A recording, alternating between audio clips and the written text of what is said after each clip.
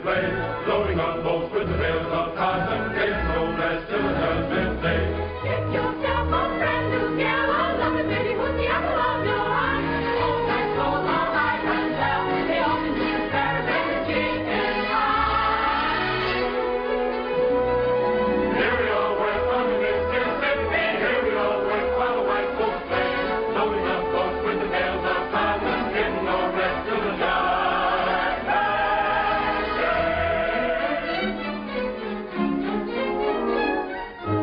What pretty babies are there the fairest of the fair, to southern beauty every foe must bow. Clatter, you roll, oh goodness gracious, they're so flirtatious, you naughty Little women don't be timorous, you will find that she's lost. Only makes a man want more, keeping up the days of old. Jesus, your professor, Captain in the cotton blossom will you go? Let me take you to the shadow line.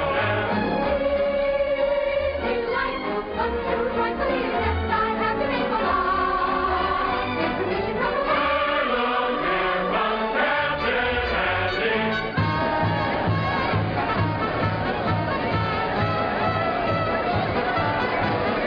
I have got such a wonderful show with the greatest of dramas and jolly comedies. Stephen Baker, the handsomest leading man, and beautiful Julie Laverne as well. Captain Blossom, Captain Andy's floating show. Thrills and laughter, concert after, everybody's sure to go.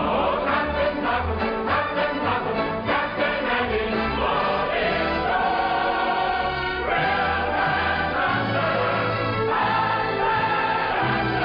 after, get stronger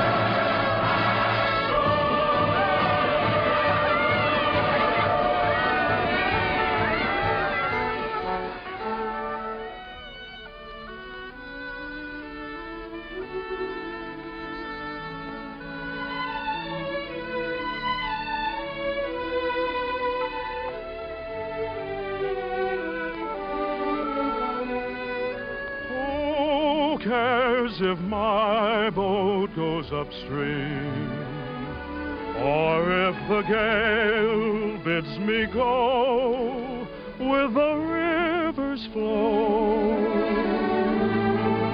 I drift along with my fancy. Sometimes I thank my lucky stars, my heart is free. And other times I wonder, where's the mate for me? Hello. How do you do? Are you an actress? Oh, no, but I'd give anything if I could be. Why? Well, because you can make believe so many wonderful things that never happen in real life. Well, if you like to make believe one thing, why can't we make believe we know each other? The game of just supposing is the sweetest game I know. Our dreams are more romantic than the world we see. And if the things we dream about don't happen to be so, that's just an unimportant technicality. So the cold and brutal fact is, you and I have never met. We need not mind conventions, P's and Q's. If we put out a thought in practice, we can banish all regret. Imagining most anything we choose.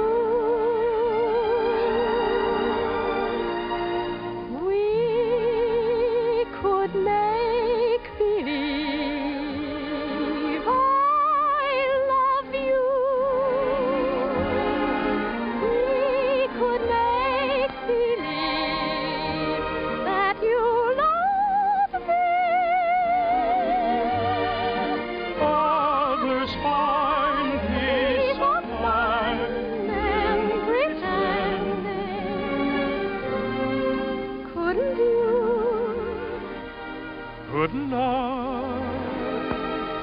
Couldn't we make believe our lips are blending in a phantom kiss, or two or three?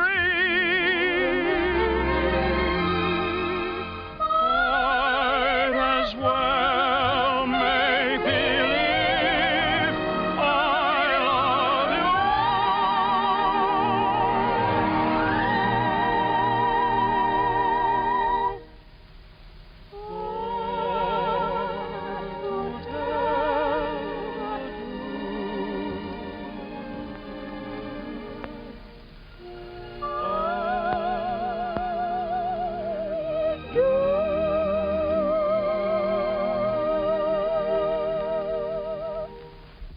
Magnolia?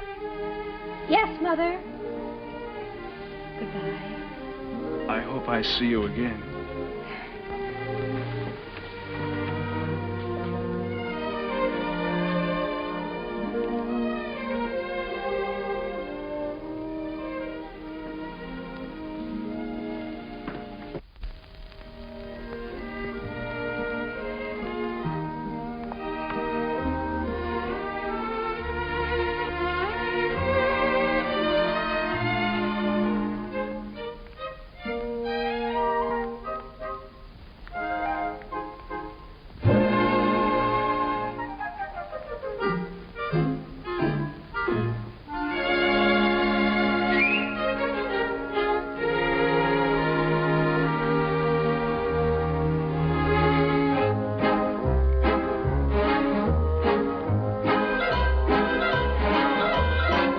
Upon the wicked stage ain't ever what a girl supposes.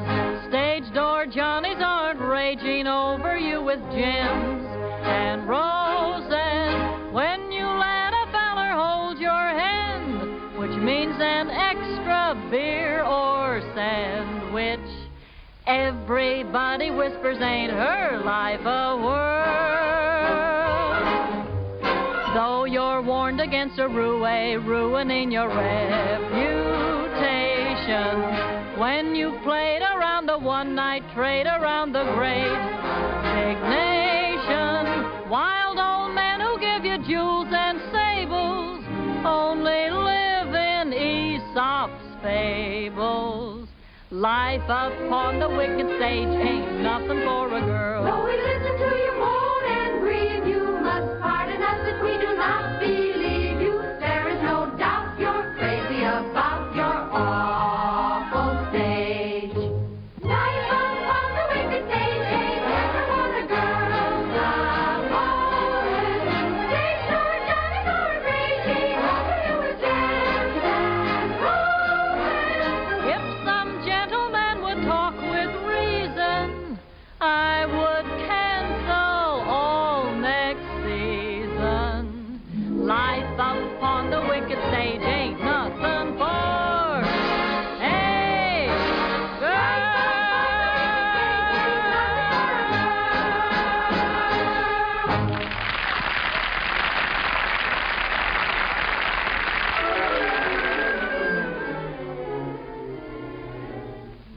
Oh, listen, sister,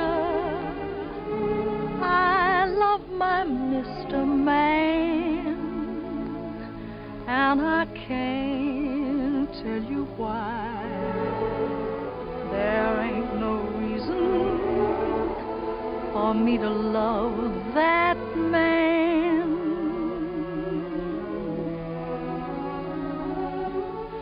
It must be something that the angels done planned.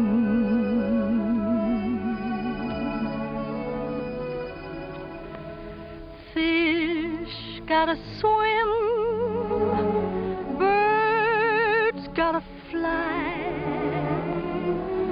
I gotta love one man till I die. Can't help loving that man of mine.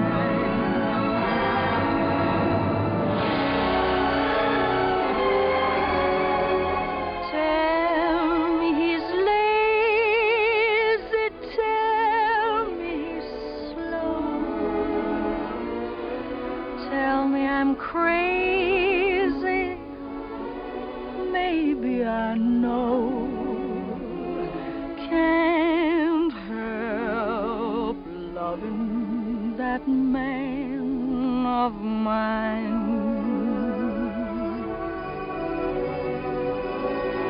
When he goes away, that's a rainy day. But when he comes back, that day is fine.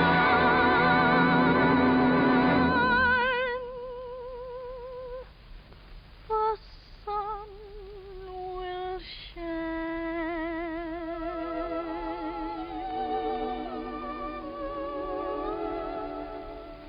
He can come home as late as can be. Home without him ain't no home to me. Can't help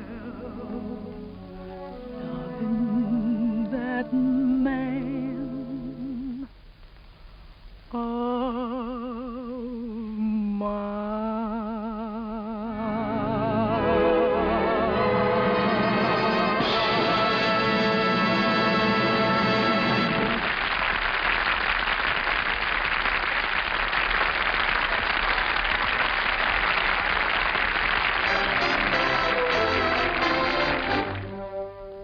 Old Man River, that old man River, he must know something, but don't say nothing. He just keeps rolling, he keeps on rolling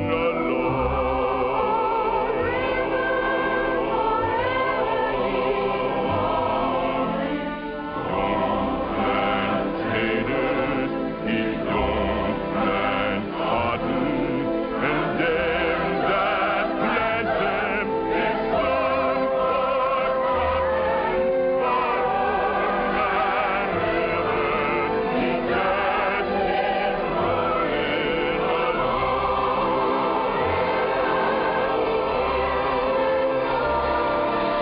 You and me, we sweat and strain, body all naked and a rack with pain. Open that heart, lift that veil, get a little strong, and we land in death. Get weary and sick of trying. I'm tired of living and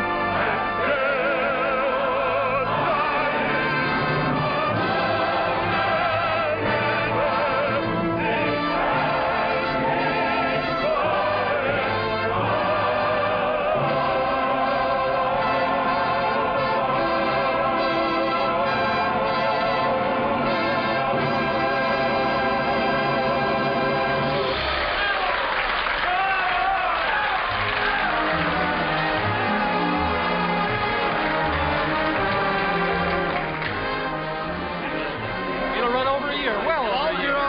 Congratulations. What do you say? Congratulations, Johnny. Number three.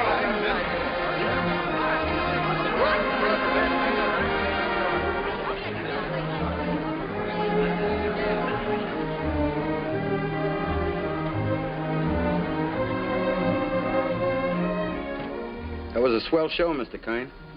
Well, thank you, Joe. Where to? The Waldorf, Mr. Kern? What was that, Joe? That big shindig I threw in for you. It's down at the Waldorf, ain't it, Mr. Kern? Yes. But first I'd like to stop off at the house of an old friend. Yes, sir. Just for a moment, Joe. Turn right at the next crossing.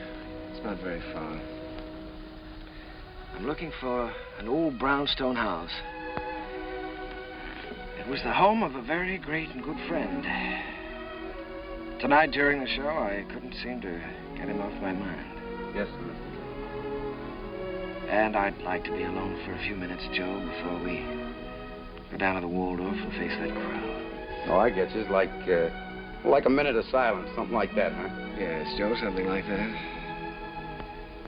Here, stop here, Joe. Here at the corner? In front of that radio shop. Oh, there it is. See? You mean that lodging house sandwiched in there? Mm-hmm. Well, of course, it didn't have that room to let sign in the window then. And other than that, it hasn't changed very much. Well, the street has changed. Changed quite a bit since I first walked down it years ago. Joe, did you notice this radio shop? Well, that was a bicycle shop the first time I ever saw it. I remember the day very well. It was spring, and I might have been any American kid coming down that street. I had a song under my arm, my hopes were high, and the world was wonderful. I was ambitious, and I was eager, but I needed a little help. I'd been told that the best man to give it to me was a man by the name of Hessler, James Hessler.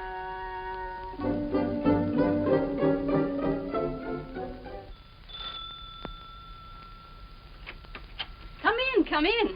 You're an hour late already. I suppose you realize that. You can start on the upstairs bedroom immediately. Mrs. Muller, Daddy wants some more roast beef. I'll be there in a second, Mr. Hessler, and see that you get to their nests, young man. He's not the moth killer.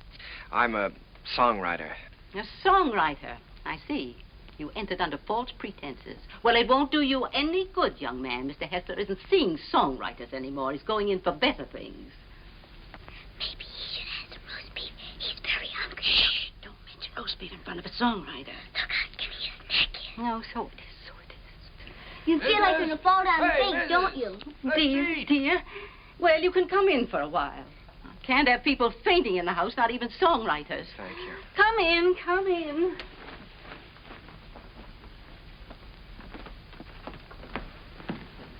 Daddy, he's starving to death. Mr. Hessler, Mr. Max. Yes, I know. Mr. Max Dreyfus of the Harms Company sent you. Written a little tune. He thinks it has possibilities if it's properly arranged. Now, I'm to help you arrange it.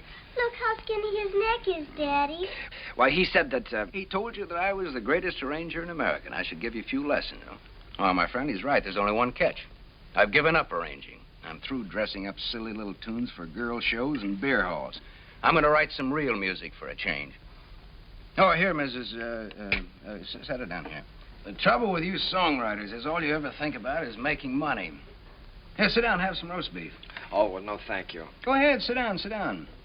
No, you never think of doing anything big, anything worthwhile, like Brahms or No, don't sit down there, please.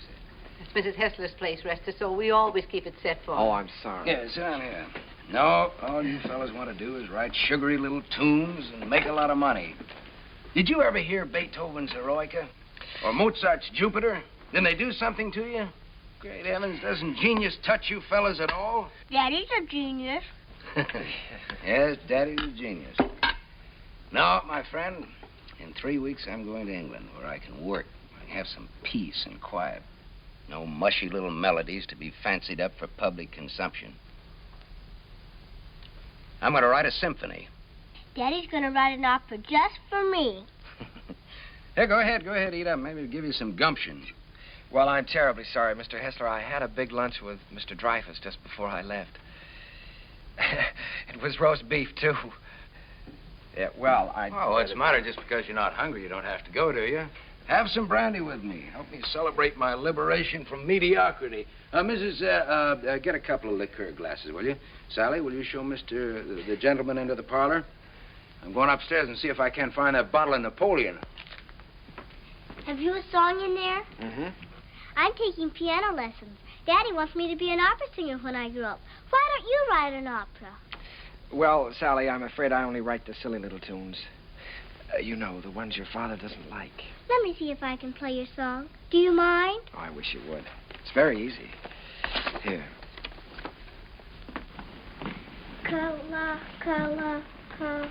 What's the name of the song? Kahlua. That's a funny name. Sounds like candy, like gumdrops. Well, it's the name of a very romantic beach in Hawaii, Sally. No, that's B. B natural. Here, let me show you. Now, here's the melody. Should be played with clarinets. Oh, no. Wait a minute. No, that's not right. You've got to use clarinets to play the vamp. Oh, I was thinking of using brass there. Brass and spoil your finish? Good heavens, man. You've always got to save the brass for the finish. Oh. Well, what do you think? I know. This is a romantic song. Sit down. It's sentimental. You've got to start the melody off with your strings. Divisa. Here, I'll show you. Start that vamp again, Sally. It's perfect for clarinet, see? Now then, the strings enter. Divisa. Did you hear how wonderful that is?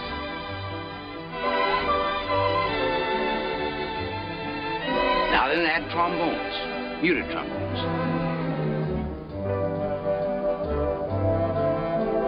That's great. Can't you just hear that?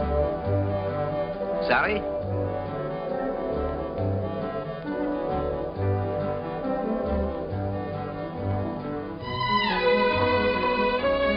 No, wait a minute. We ought to add flutes there. Light and easy.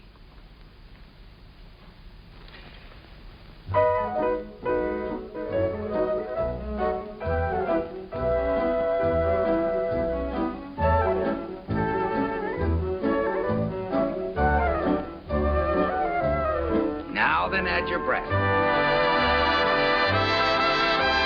Your strings, too.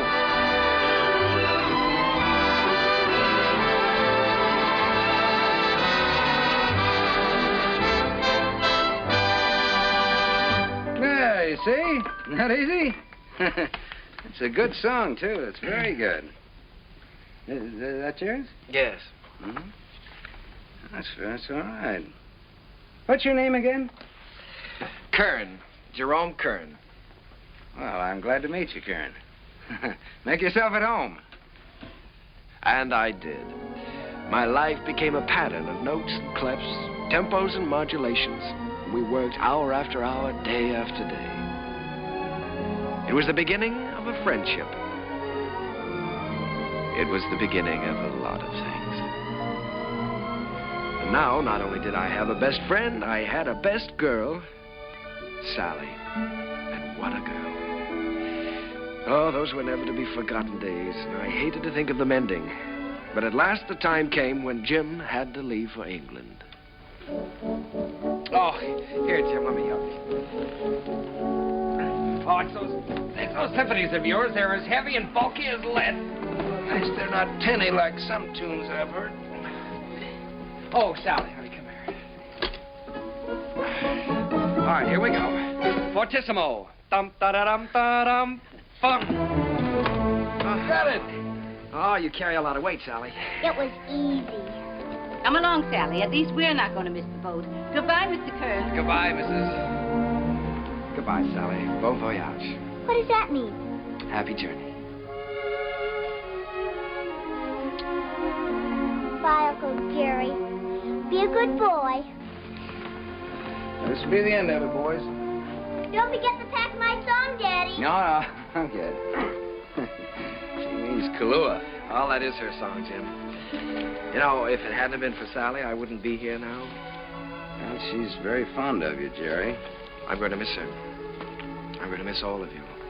Well, we may not be gone so long. It all depends on... You won't mind living here alone, will you? Oh, no, I'll get used to it. Jim, in case I don't get a chance at the boat, I just wanted to tell you that... Oh, forget it. I like arranging now that I'm through with it. I'm glad to have been some help. No, it's more than that. It's been your kindness and your home here. Look, Jerry, I just want you to write some good music, some real music. That's all the thanks I want. Don't waste your time fussing with those wheezy little tunes. Think big. Try to be somebody. I will, Jim. I'll try to be as big as I can. Yeah, good. That's fine. Well, we better be on our way. Oh, good heavens, Sally's song. You know, I'm so tickled that she remembered that. Remembered? It's your song, Jerry. She couldn't forget.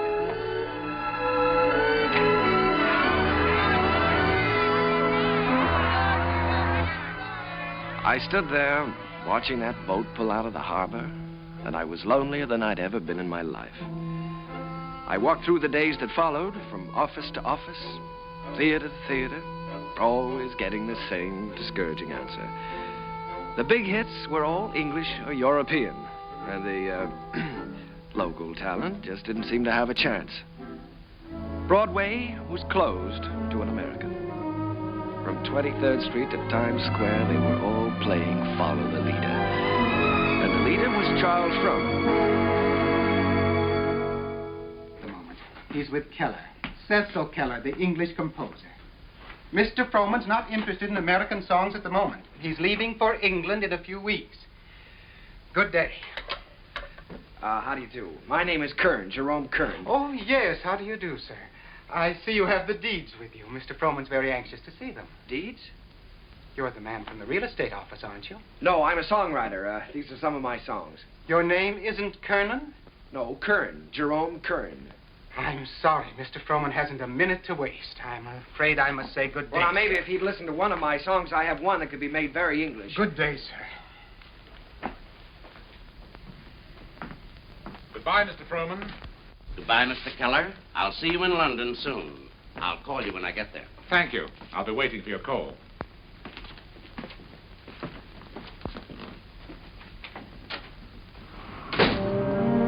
I made up my mind that I was going to try to write music with an English accent.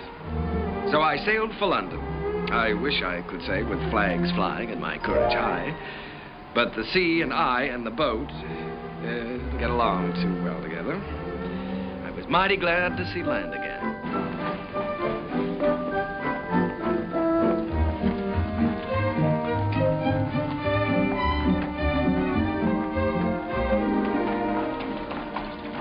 Excuse me, could you tell me where Mr. Hessler lives?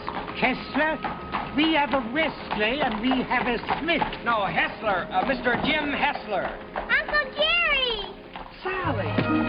Oh, honey, it's so good to see you. We didn't know you were coming. Well, I didn't know I was myself. Daddy will be so glad to see you. Come on, we live right over there. All right. Oh, Sally, you're getting prettier every day. I'm a music teacher. Yes. Well, the tables are turned. American songwriter invades England. That's pretty good, Jerry. No, it's daring, very original. You're thinking big anyway. It's a chance I'm taking, Jim. Say, you've gotten a little skin here, haven't you? Hmm? I haven't been getting enough roast beef lately, I guess. Jerry, I look at you sitting there, and it's just hard for me to believe you haven't been here all the time. Thanks, Jim. It's sort of like being home again. How was the symphony coming along? All right? Oh, well, yes, I'm still in the note-making stages. Of course, I always believe in making plenty of notes. It's kind of like planting seed. One day they start to grow, and then, before you know it, lo and behold, your symphony's all written. Uh-huh. Simple and easy, hmm? Not as difficult as writing those silly little tunes. Well, no, it's the quiet here that does it, Jerry. Peace in this place is just so thick that you can float on it. It's a rustic pastoral. Wait a minute, now, answer that telephone. Oh, the doorbell. Will you get the door, please? You've got to do something about that. Yeah. No, there's a picturesque pastoral. Hello. Sorry, that young lady, but you know the thing. Who? Sometimes they're on the back well. My little I can't girl, she's waiting for a piano lesson, sir. Oh, Mr. Edwards. Yeah, put him on. Come, Sally, it's time for Hello, George. When my little study? Fine. I don't want to. Tomorrow? I'll be glad to. I'm not going to have a lesson. For dinner, good. Hester, you behave yourself. All right, I'll be there. Bye-bye. George Edwards. The producer? Yes, he wants me to come up and sit in on a rehearsal of a new show. I don't want to take that piano lesson. Uncle Jerry's here. You've got to talk to your daughter. I can't do a thing with her anymore. Well... This is Uncle Jerry's first day here, and I shouldn't be made to take lessons. Should I? Should I, Uncle Jerry? Well, I think you should have one day off, maybe, huh? That's the end of her. There was some hope for her until her Uncle Jerry arrived. Now she's spoiled for good and all. Come, we get ourselves a cup of tea.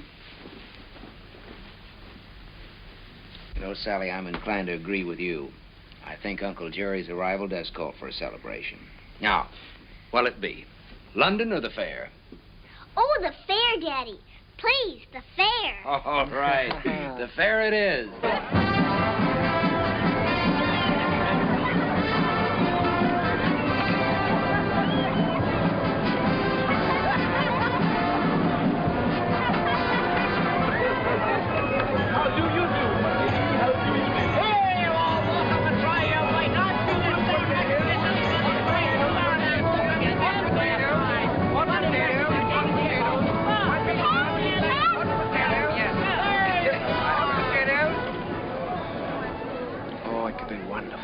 Could be wonderful. Oh, no, Jerry. I don't want Sally to go up in the swings, not till she's a little older. The whole stage full of swings and a boy and girl in each swing and all of them singing. Oh, you mean for a production number? Yeah. Yeah, that's not a bad idea. They could swing from the stage right out over the audience and back again. Make a good production number. What song would you use with it? Spoon with Me? Be perfect. Spoon with Me? That sounds fine. Suppose I take that up to George Edwards. For the gaiety? Sure. I'm going to have dinner with him tomorrow night. Oh, Jim.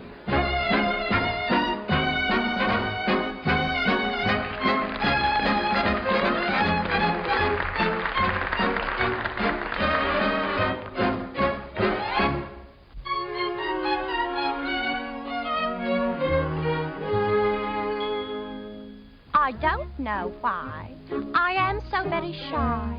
I always was demure. I never knew what silly lovers do. No flirting I'd endure. In all my life I never kissed a man. I never winked my eye. But now at last I'm going to break the ice. So how'd you like to try? How'd you like to spoon with me? I like to. How'd you like to spoon with me? Well, rather. Sit beneath an oak tree, large and shady. Call me little Tootsie, Woodsy, baby. How'd you like to wag and squeeze? Indeed, I would. Dangle me upon your knee. If I could. How'd you like to be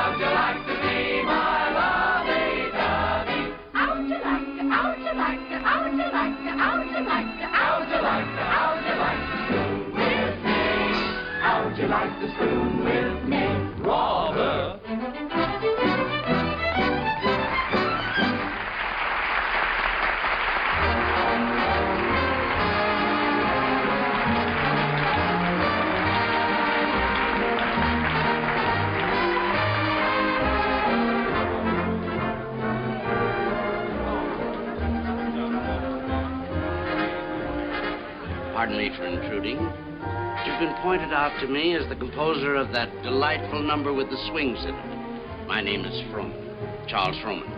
Mr. Kern, I want to congratulate you. Froman. I'm sorry, sir. It isn't my number. My name isn't Kern. There's Mr. Kern, sir. Down the bar bit. That gentleman there?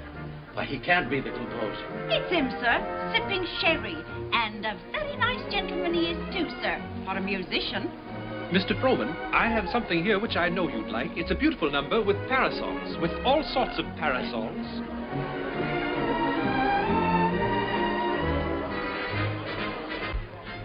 Mr. Kern? Oh, Mr. Froman, how do you do? I'm very glad to know you. Mr. Kern, I want to tell you I think your swing number is delightful. It has such beautiful English charm to it, really delightful. Oh, by Jove, Mr. Froman, that's rather nice of you. It's a pleasure to know you, Mr. Kern. You know, you fellas over here have a style all your own. As English as the scent of the May blossoms. Would you join me in a glass of sherry? Righto. Miss.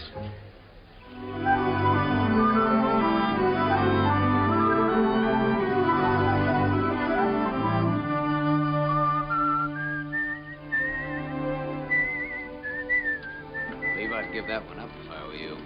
One song at the Gaiety, I think you can afford to take a rest. Well, if I could finish it, I know I could interest Froman in it. You ought to know by now that Charles Froman is only interested in English music and English composers. If I only had a piano, I know I could work this out right now.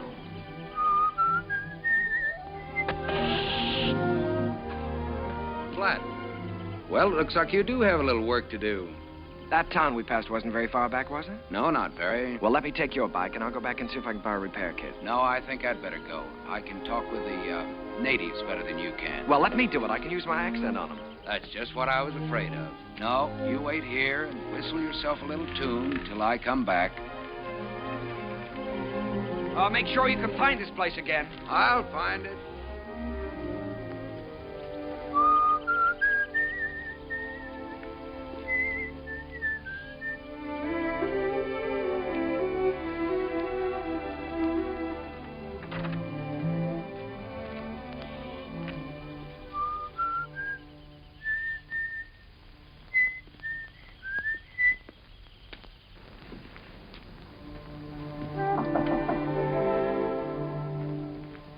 I say, is anyone there?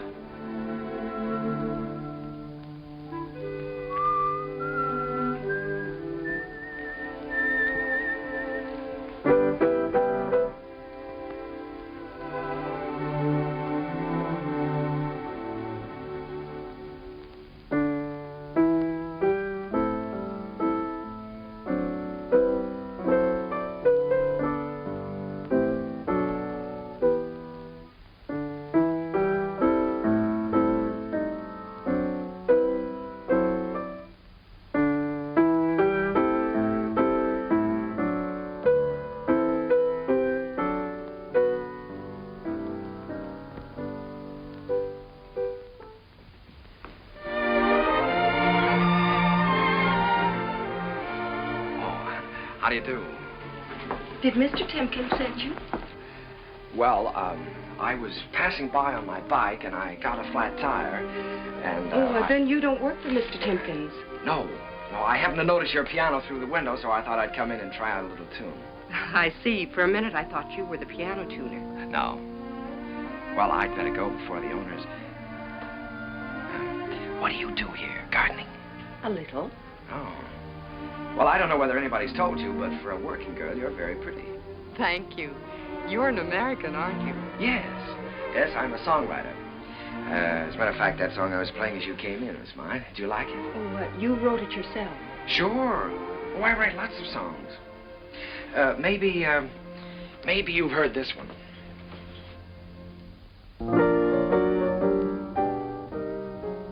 Why, that's from the Gaieties. Everybody's singing it. Uh-huh. Now, this is the one I was working on.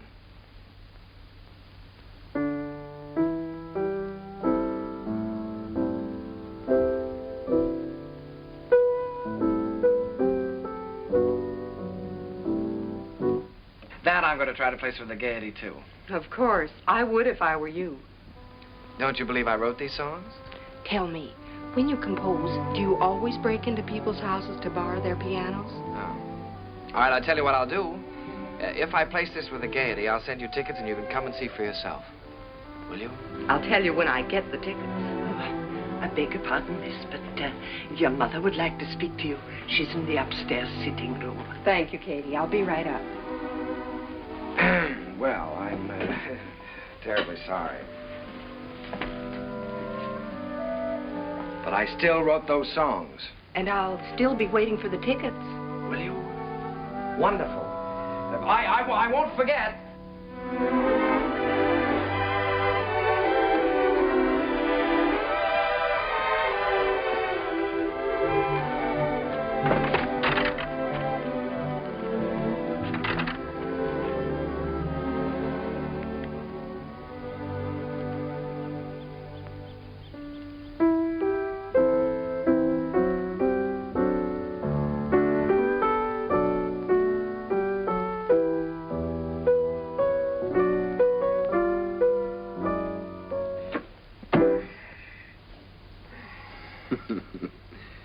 And you were the lad who wasn't going to fall in love with anybody for a long, long time. Well, this girl is different. Sure, I know. Well, now, don't joke about it. It's serious. Don't you believe me? Yes, of course I believe you. She really is different. I know. Her hair is like spun gold shining in the sunlight. Well, I don't know about her hair. She had a kerchief on, but her eyes were like pools in the starlight. I see. Even with her working clothes on, she's the prettiest girl I've ever seen. I'm sure of it. Seriously, Jim, don't you believe me? Yes, Jerry, I believe you. It's spring, isn't it? And tomorrow morning, I think I'm going to give you a great big dose of sulfur and molasses. Good night.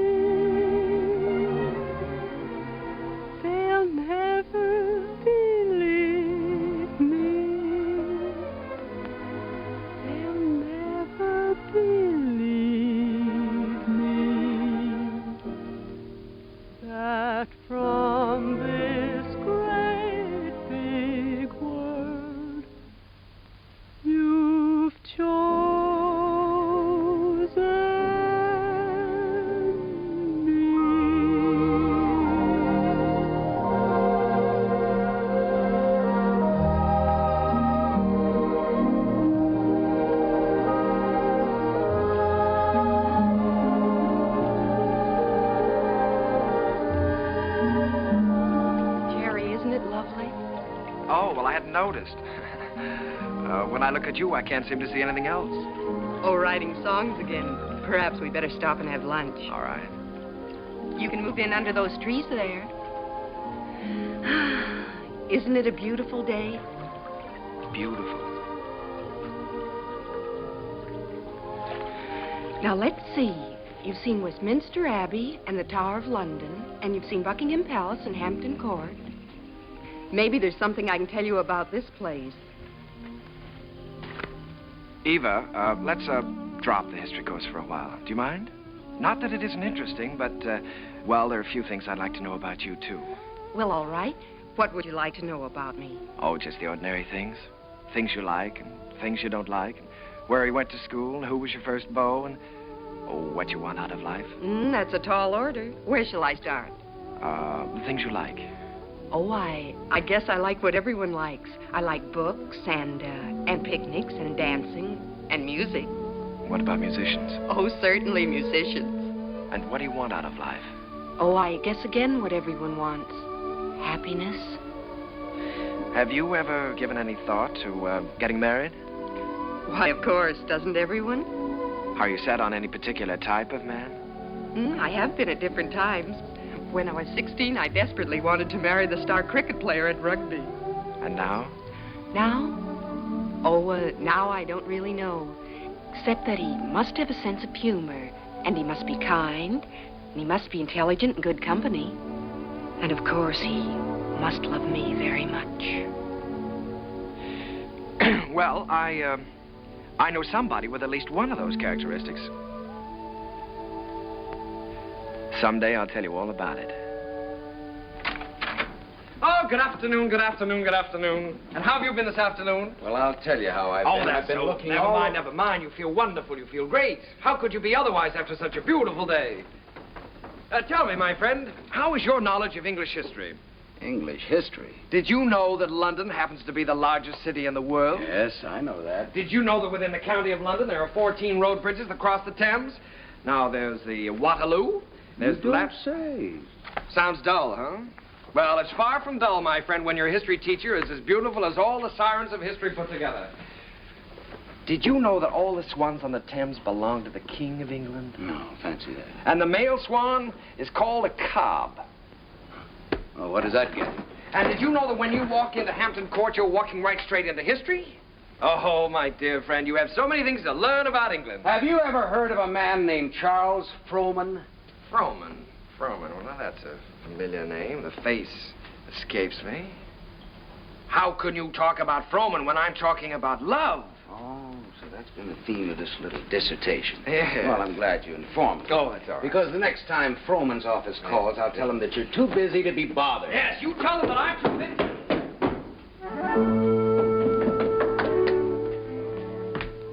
Did you say the next time Frohman's office calls? That's what I said. They've been calling you all day. But why should I bore you with such trivial details? Well, what do they want? No, dear friend, you return to your archives. Why think of the future when the past is so glorious? Oh, come on, now quit clowning. What happened? Nothing. Frohman just wants you to write 4 songs for his new show. If, of course, you can spare the time. Well, why didn't you tell me about it? Why didn't I tell you about it? Well, come on, let's get going. There's no time. We've got to do that on the ship. On the what? On the ship. We're sailing with Charles Frohman tomorrow. We have to start rehearsal in 6 weeks in New York. Oh, Jim, Oh, no. Look, Jerry, this is the chance you've been waiting for. You certainly are full of surprises. I thought you'd be up in the clouds. I feel like I've just been yanked out of the clouds.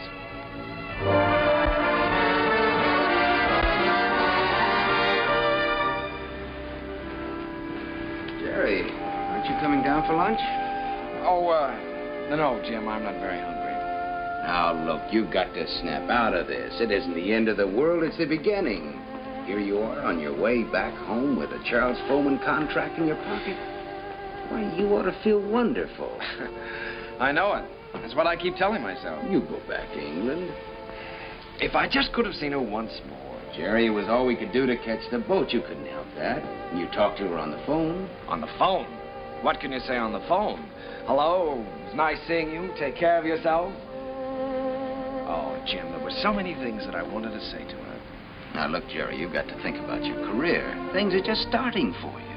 Yeah? You can say that over and over again, and you know what happens? What? Nothing. Jim, you know, for the first time in my life, I'm lonely. Here I am on a ship full of people with you, and I might as well be on a desert island all by myself. Did you ever feel this way? Yes, once. What did you do about it? I married the girl. Oh, hello, Mr. Frohman. Hello there. been looking for you two. You weren't down to breakfast. No, the first day out is always rough on me. Well, good Englishman should have his sea legs by now. Come and have lunch with me. Mr. Froman, there's something I must tell you. I'm not an Englishman. Mr. Kern, there's something I must tell you. I never thought that you were. At least not after the first 15 minutes. Matter of fact, I'm very proud to be able to present a new American composer to Broadway. Thank you, Mr. Froman. I have a lot of faith in you, Jerry. Just received a wireless from Julia Sanderson. She's accepted the part of the girl from Utah. Wonderful. Now I've got to have a great song for her. If it's a love song, he's got one.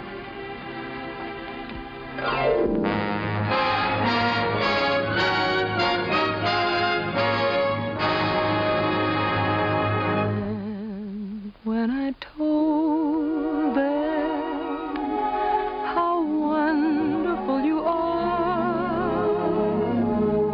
they didn't believe me. They didn't believe me. Your lips, your eyes, your teeth, your hair are in a class beyond compare.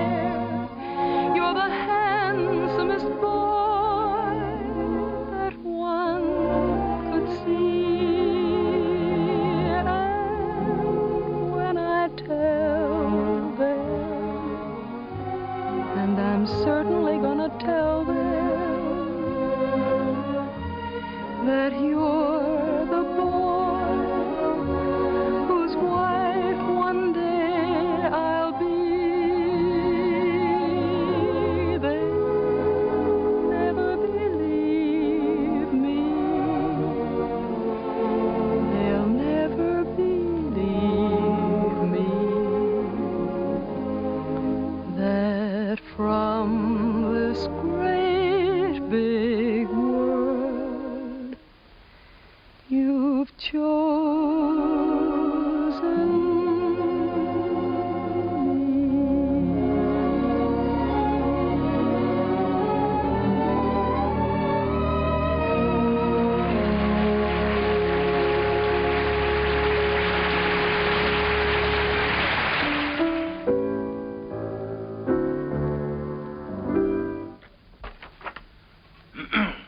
Here.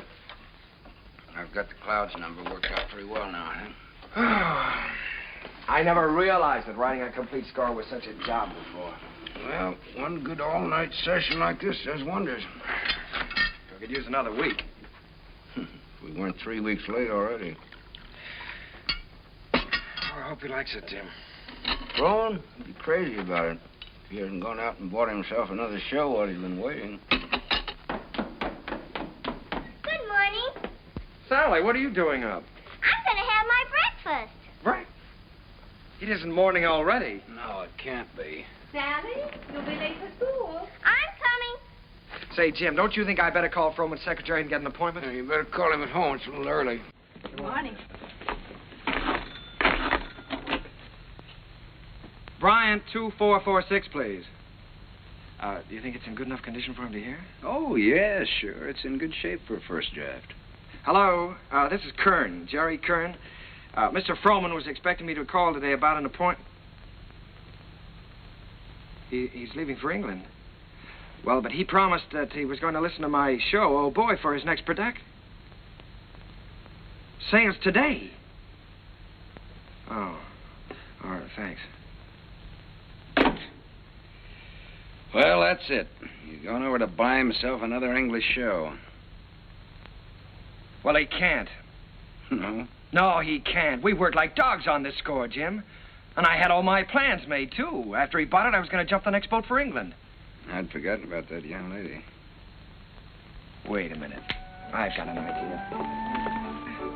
My passport is still good. Why don't I take the same boat he's taking today? Wonderful. Get him on board ship and he can't get away from you. That's right. Then I can sell him the show. Wonderful. Then I can go and see Eva. Sure. You can get married. Well, you probably have to ask her first. Well, that's an idea. Well, I'll go and phone the steamship company. Right. I'll go back. Driver, you think you can make it all right? If we get a break in traffic and the old engine holds out. Oh, Uncle Jerry. Jerry, come on now. We've only got a few minutes. Jerry, if you want to miss that boat, come on here.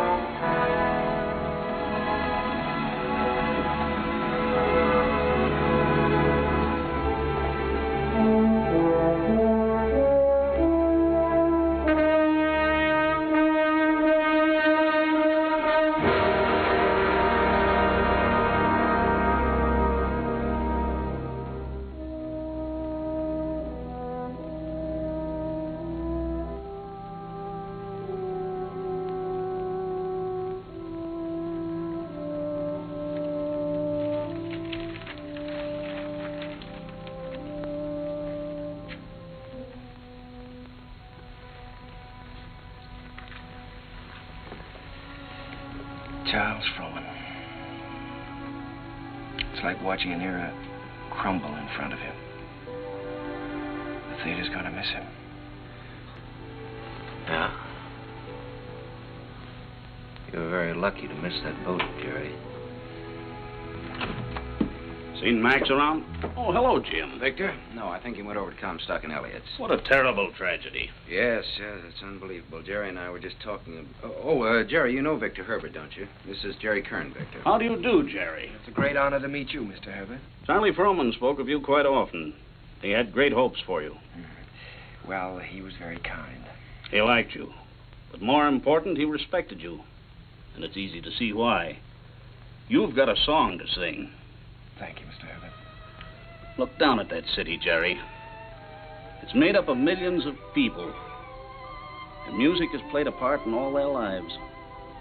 Lullabies, love songs, hymns, anthems. Must be pretty wonderful, Mr. Herbert, to realize that people you don't even know and never will know are singing your songs, and all of them asking for more of the Victor Herbert music. It makes me feel grateful, Jerry, and very humble. One of these days you'll find out yourself how it feels. What is it my publishers call me? The Dean of American Music. Well, I think you're going to be the next dean. One thing I must admit, you've got a better figure for it. Keep writing, boy. Don't let anything stop you. Good night. Night, Victor. Good night, Jim. Good evening, Mr. Herbert. It's a deal, gentlemen. Congratulations. Comstock and Elliott are going to produce Oh Boy. Max just sent me over with the check.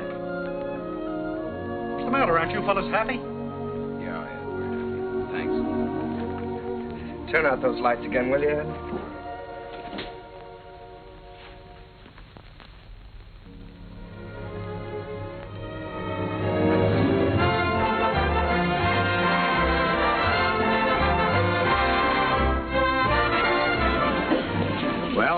Lights. How does it feel? Well, it feels pretty good. If I could just get rid of some of these butterflies in my stomach.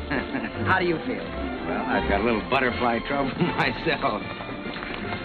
I suppose you think we're standing in front of the theater on 39th and Broadway. No, what do you take me for? This isn't 39th and Broadway. This is the top of the world. Pretty nice world, isn't it? Yeah, it's great. It's wonderful what a difference seeing your name in lights can make, isn't it? Come on, we better go in or we'll miss the show.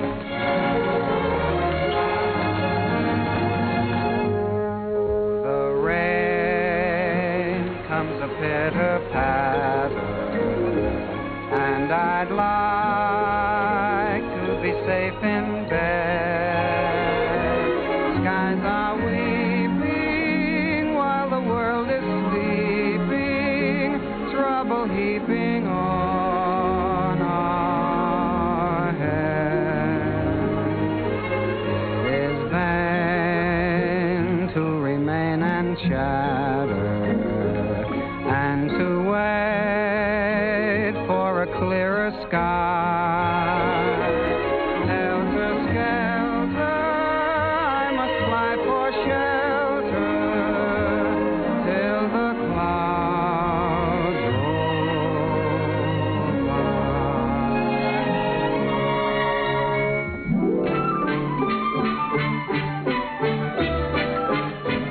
roll by.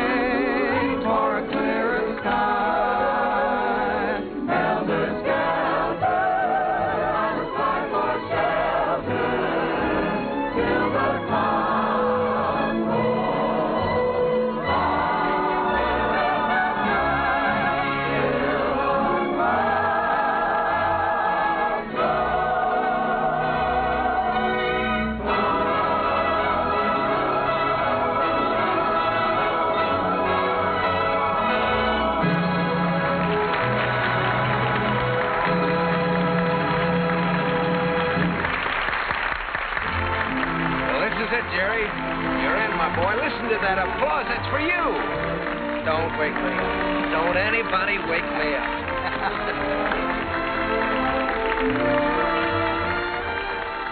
Figured out how you're going to spend your money yet? Well, for one thing, I think I'll buy an interest in Harms. For another... You think you might take a little ocean voyage? Well, good luck.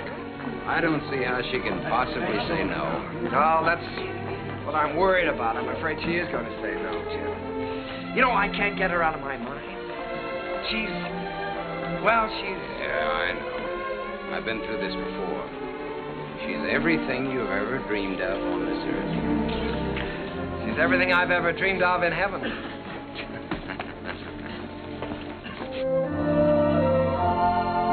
Oh, Jerry, let's stop here, shall we? All right.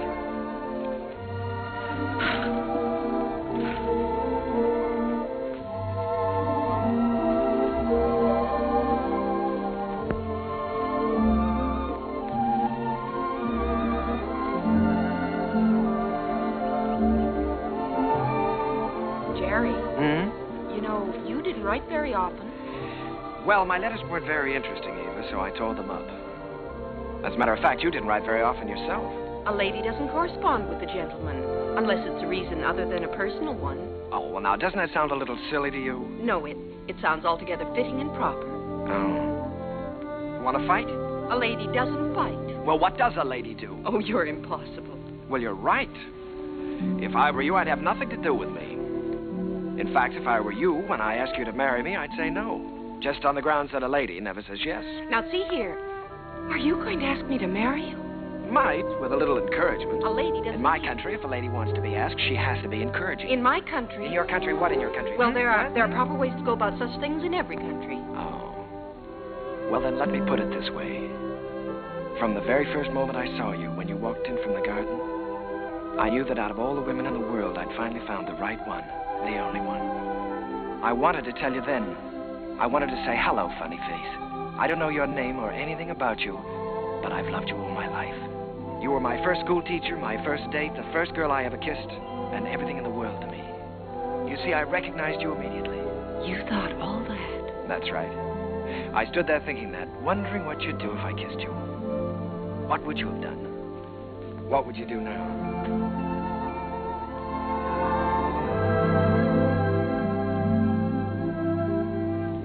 Will you marry me, Eva? Thank you so much. I'd love to. Hello, Mrs. Kern. Hello, my darling.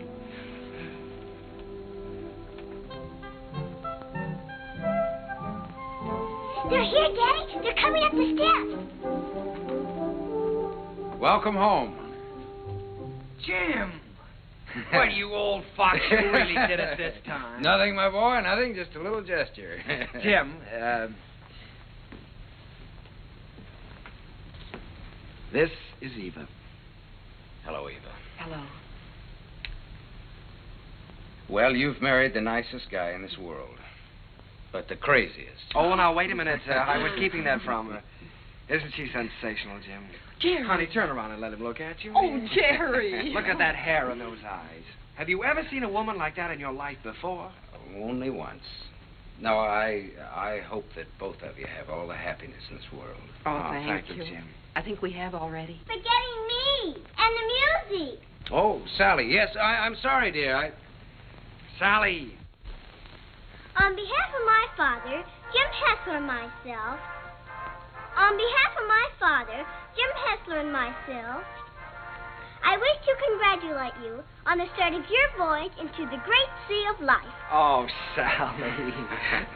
Well, on behalf of my wife and myself, I thank you very much. I'll take it. Hello, Mrs. Hello, Mr. Kern. Sally, it's so wonderful to see you. Why, you have grown up, haven't you? Sally, this is your Aunt Eva. On behalf of my father... Thank you, Sally. We're going to be real good friends, aren't we? Yes, I expect we are. Well, what do you say? Let's all go in and have something to eat, shall we? Oh, Jim, it's so good to be home again. Yes, it was good to be home. I felt I had everything in the world. Happiness, success, and the wife I had dreamed about. I wanted to put it all into music. Eva's smile, and her eyes, and what it meant to be with her. And at last it seemed to me that the clouds had rolled by. First, there was Leave It to Jane. Leave it to Jane, Jane, Jane. I don't know why you should make me plot and plan for you. She is the girl with... I always try to do everything I can for you. No problem you can wish on her gives her a strain. She'll tackle gaily, a score or more daily. If something is on your mind, and I can see that there is not a dot of it. comfort you soon will find. Leave it to me, I will soon get you out of it. If you have started worrying, kindly refrain and just hand over the whole thing to Jane.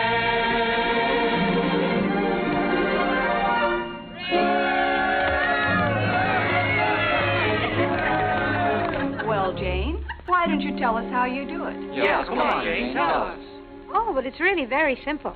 I just study up on the famous women of history. You mean like Lucretia Borgia? Well, no, not exactly. Listen. In days of old, beside the Nile, a famous queen there dwelt. Her clothes were few, but full of style, her figure slim and svelte. On every man that wandered by, she pulled the Theta Bara. And everyone observed with awe that her work was swift, but never raw. I'd be like Cleopatra if I could have my way. Each man she met, she wed and kissed, and she dozens on her waiting list. I wish that I had lived there beside the pyramid. For a girl today don't get the scope that Cleopatra did.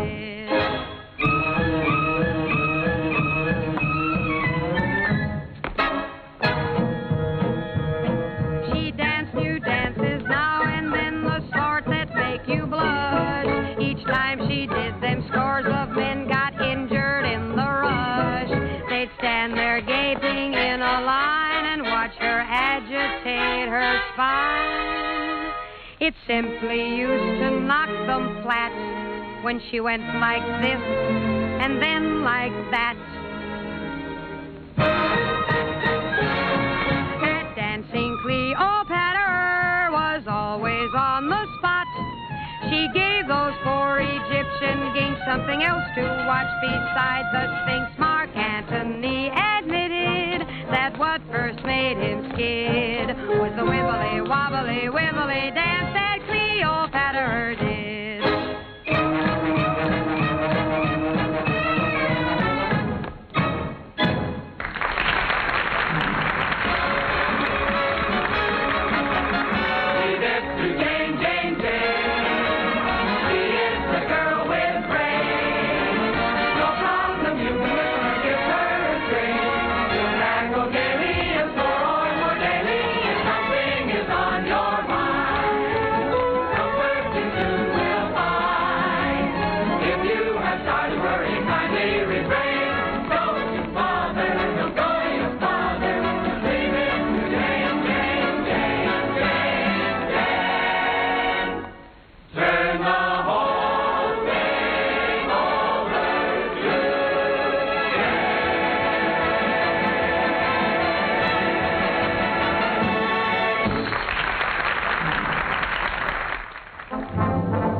Once again, Broadway belonged to the Americans. To George M. Cohan, Irving Berlin, George Gershwin, Vincent Yoon, Buddy DeSilva. I was working in mighty great company.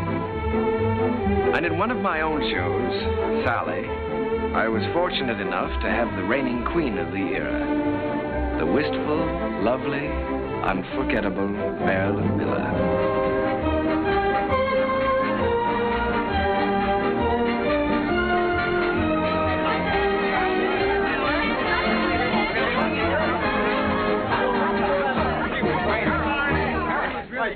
I got a couple new telephone. All right, Larry, thank you. Hazel, my dress. I have it right here. Oh, we're going to have to hurry. How's it going? Oh, my goodness. I was never so nervous in my life to see me trip. Oh, you are nice. More flowers from Mr. Ziegfeld. Oh, how wonderful. Lovely. Says the first act was a dream, signed Flo. Wish she'd said the second act. Don't worry about the second act. Second's better than the first. No. Thank you. Hazel, is everything ready for the quick change? Everything's ready in the stage dressing room. All right. Thank you. Hazel, we got everything? Yes, everything's here. All right, let's go. Good luck, Miss Miller. Thank you. Good luck, dear. Oh, fine, Miss Miller. That's a luck. Keep it up, Marilyn. Keep your fingers crossed, Johnny. You bet. Oh, here you are, Miss Miller. Everything is ready. All right, Sam. Here you are, Miss Miller. I got it nice and warm for you. Put it right here. You got everything else?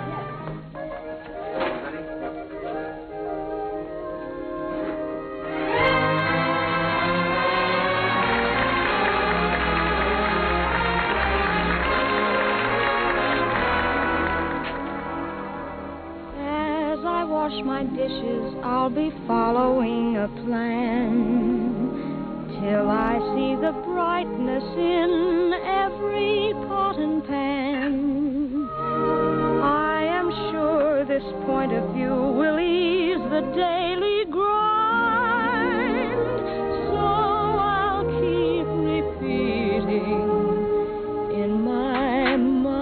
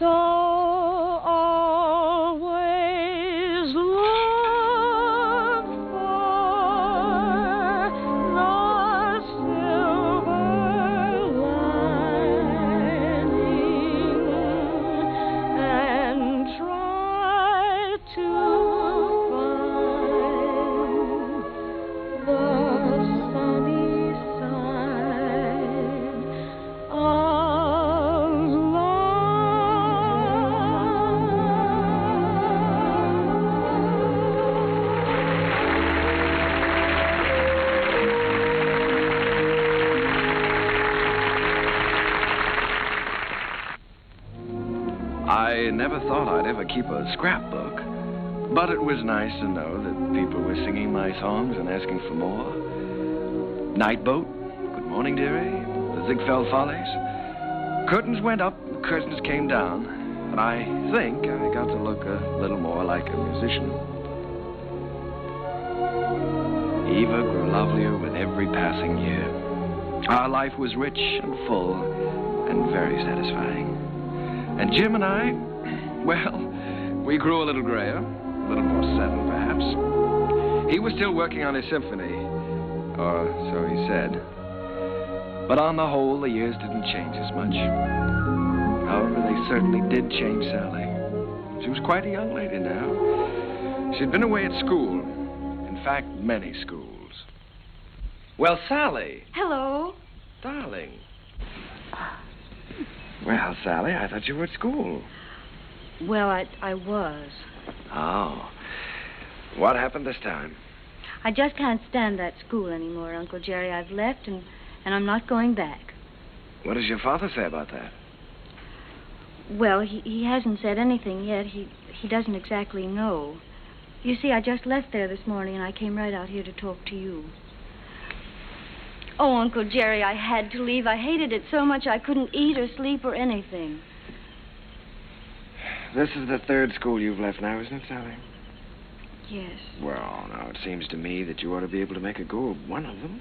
Oh, I just don't seem to fit in very well. The kids all seem so... Oh, I don't know. All they're interested in are parties and clothes. They seem to think that's all there is to life. Oh, Uncle Jerry, I wish you'd talk to Dad for me. He'll listen to you. Well, Sally, you know your father isn't well. Then I ought to be home where I can take care of him. You ought to be at school completing your education. You want to make something of your life, don't you? Oh, I've had an education, and now I want to get down to something serious. Oh, Uncle Jerry, you did promise you'd help me get a start in the theater. I said I'd help you when you were ready. Your father wants you to complete your schooling first, Sally, and he's the boss. Oh, Uncle Jerry, Dad's forgotten what it's like to be young and feel like this, but you haven't. You haven't forgotten what it's like to stand on Broadway and look up at the lights and think, someday I'll see my name up there. You remember that feeling, don't you, Uncle Jerry? Yes, Sally, I've got to admit it, I do. Well, then that's more important than school or anything else in the world, isn't it? Isn't it, Uncle Jerry?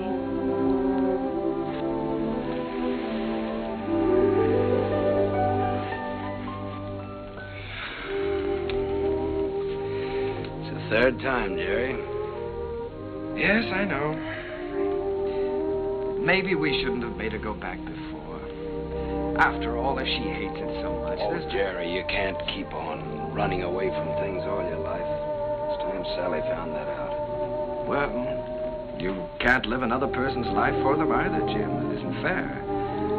Sally's grown up now, and I think she ought to be allowed to do what she wants to do. I want her to finish her education and get a chance to finish mine. I always said that any kid of mine was going to get the right start in life. Well, what's right for one person isn't always right for another, Jim. You know that. Jerry, the trouble with that girl is she's just plain stage-struck. She comes by that honestly enough, doesn't she? Remember how we used to pound the sidewalks and knock on doors? Nobody could stop us. Goodness only knows enough people tried to. Remember how thrilled we were when we finally realized we were in? So what right have you or I to interfere with Sally? Yeah. Well, what are we going to do, Jerry? I'd give her a part in Sonny. So cast. Part of Gwen hasn't been cast yet? Gwen, well, it's only one line. Gwen is going to have a song. The doctor's here, Mr. Heflin. Oh, fine, Miss. Doctor, I'll be with you upstairs in just a minute. Good evening, Mr. Kern. Hello, Doctor. You know, when you get to be my age, you start collecting pills. Well, Jerry, I hope that works out all right.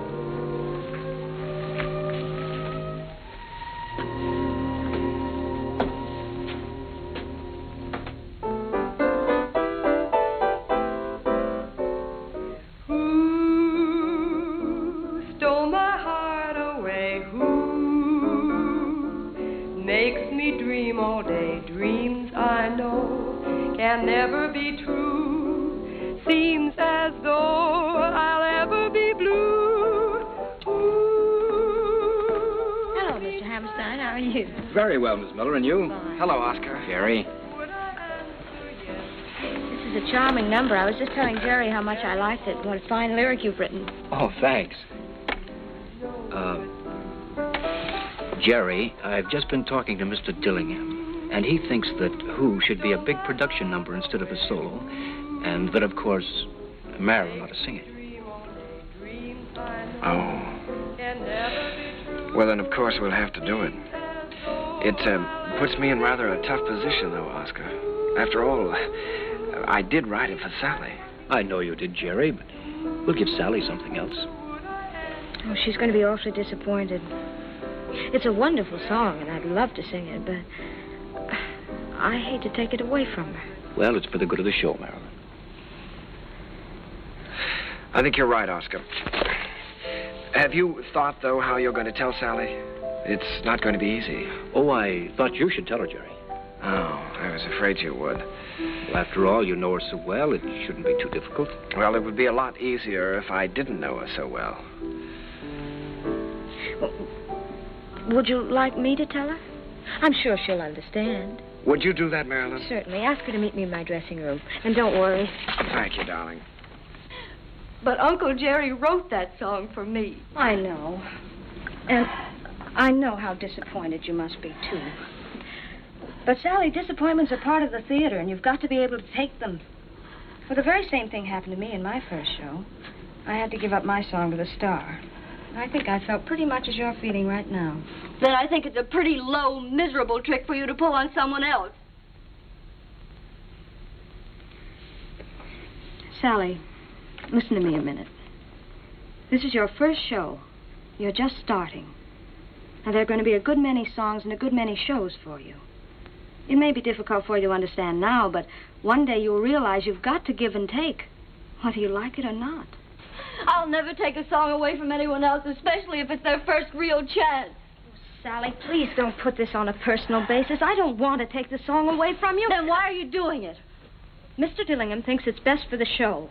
And what's best for the show is more important than what I want or you want or any personal feelings involved. Don't you see that, Sally? Yes, I see it all right. You're trying to take my song away from me, and you aren't going to get away with it. Uncle Jerry wrote that song for me, and I'm going to sing it. I don't care whether you are the star. You're not going to take it away from me. Sally.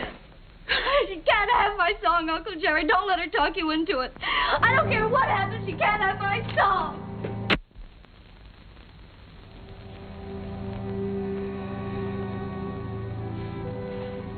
I'm sorry, Jerry.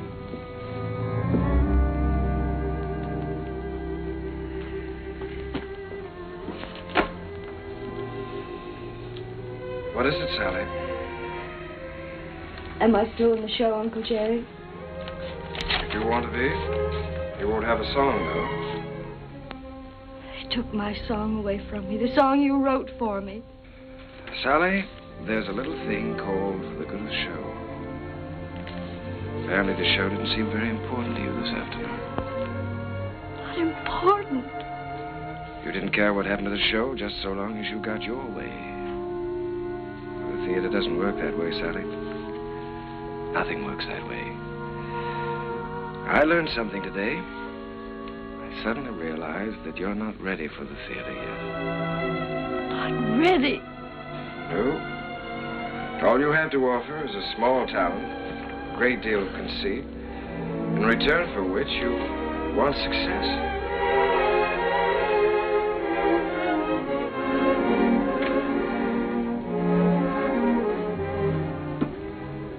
Sally,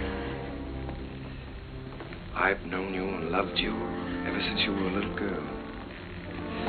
I couldn't love you anymore if you were my own child. But I must say this to you. You're not going to get anywhere in this life by using people. And until you realize that, you're not going to have the respect of anyone. Sally, I'm ashamed of you.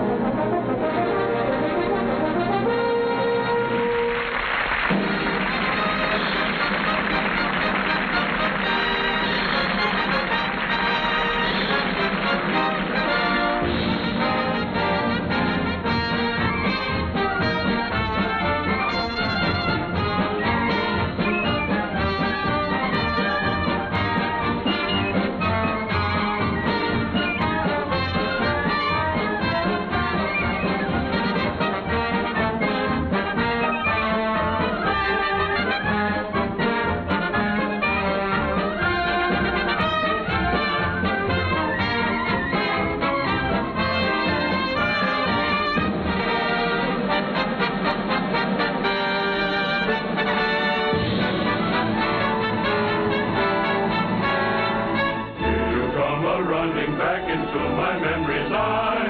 Little playmate was my game mate in the day gone by. Ragged dresses, tangled tresses, flying o'er the hill. Heaven bless us, you no less the Sheriff Jackson still. You funny little willow that describes her to a T. She is full of fun, he named the lady perfectly. She is bright and sunny.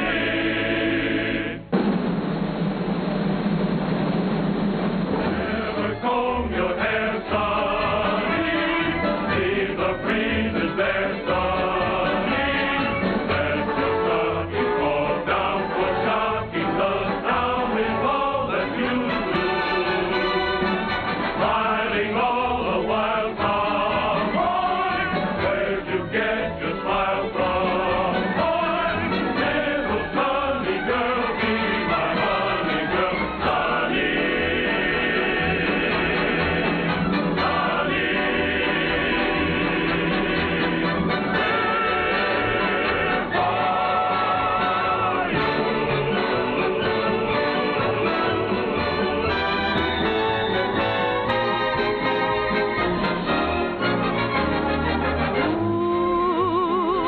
Stole my heart away. Ooh, makes me dream all day. Dreams I know can never come true. Seems as though I'll ever be blue. Means my happiness too. Would I answer yes to? Well, you ought to guess who. No one but you.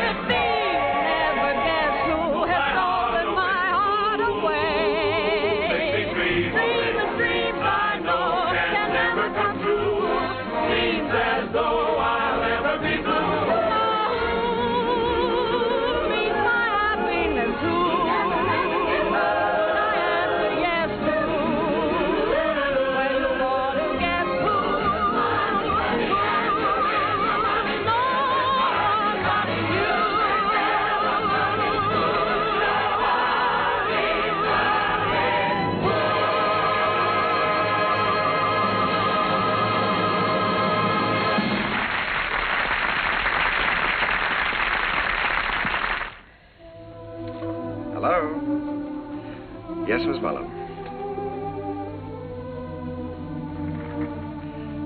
You sent for the doctor? Is Sally there? Oh. Well, you be sure he stays in bed, Miss Mullen. I'll be right over.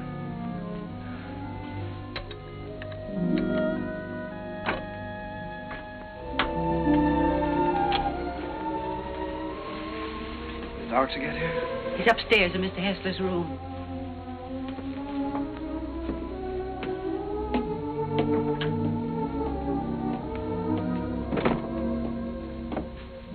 It's his heart. I wouldn't stay very long. Mr. Hessler could use a little rest.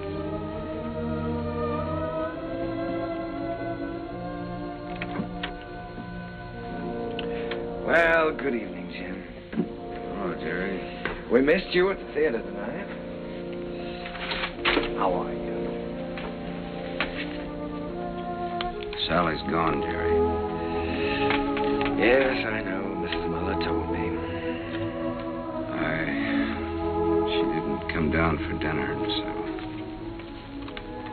went up to her room.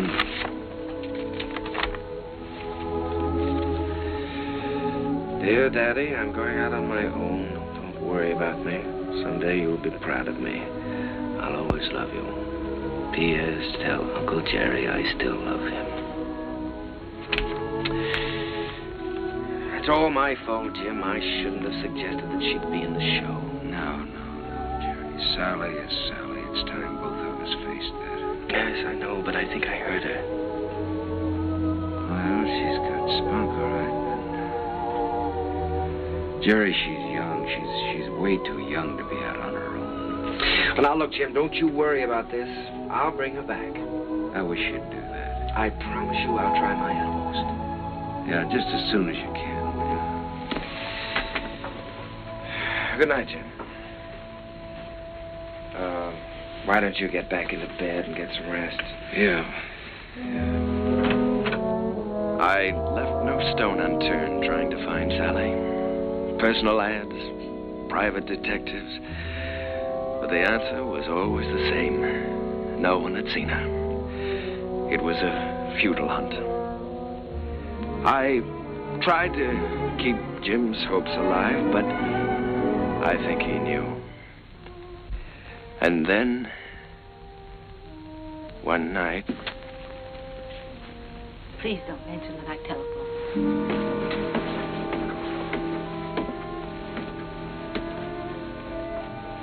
I think, Mr. Kern, you'd better go up right away. He's been asking for you.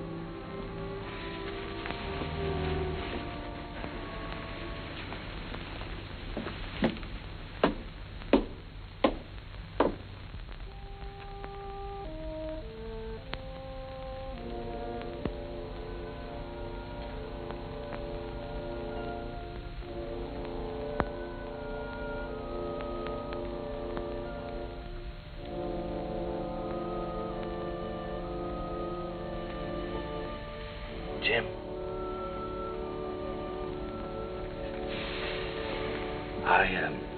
I was just driving by. I thought I'd drop in and say hello.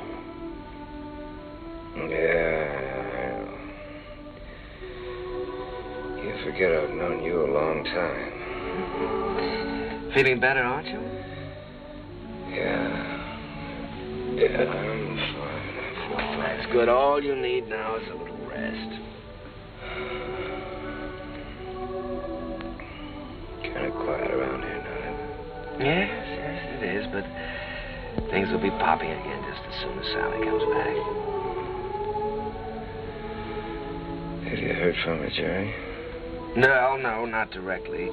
But I've got a couple of very good leads. I've got a hunch they won't be very long now. Then I'm going to see to one thing, Mr. Hessler.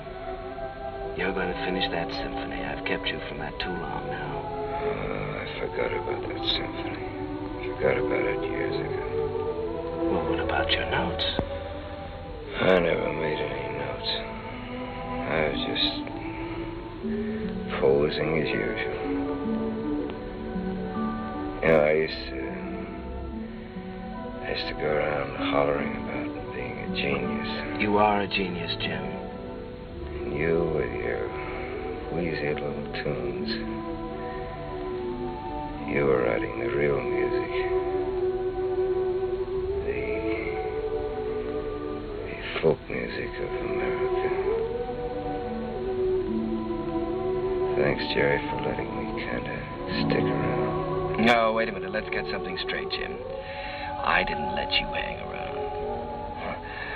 If it hadn't been for you and your faith in me, I would have quit half a dozen times, you know that.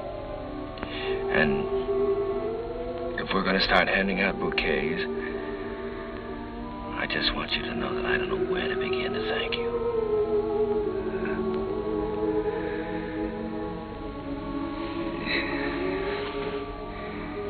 You're a great man, Jerry. It's been a privilege getting in on that music. It's been a lot of fun. Now, let's not talk that way, Jim. In a couple of weeks, you'll be back at that piano, screaming for more and more brass.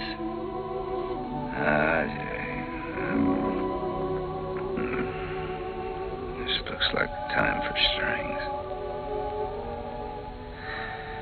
Jerry, if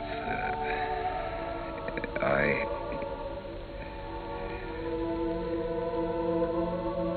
want you to look after Sally for me.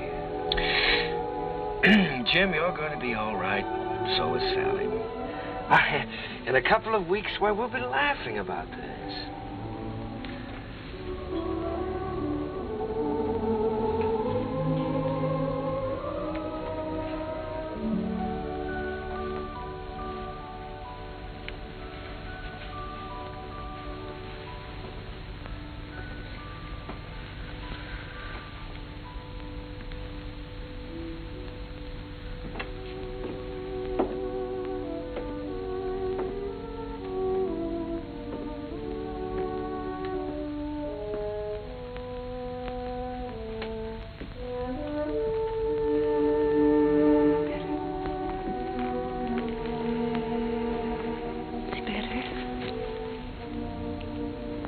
I made some coffee.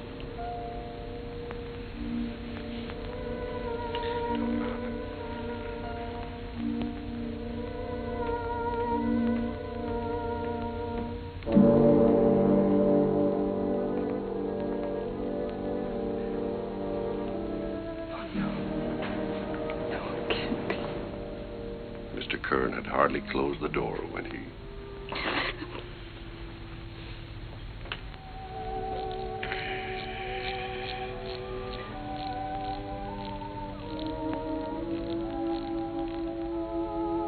I was completely lost, completely helpless.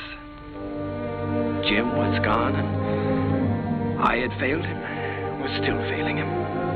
I'd lost a world with Jim's passing, and everywhere I walked with ghosts, reliving lost hours, pacing a world of memories. I couldn't even think in terms of music. I began to feel that I might never write again.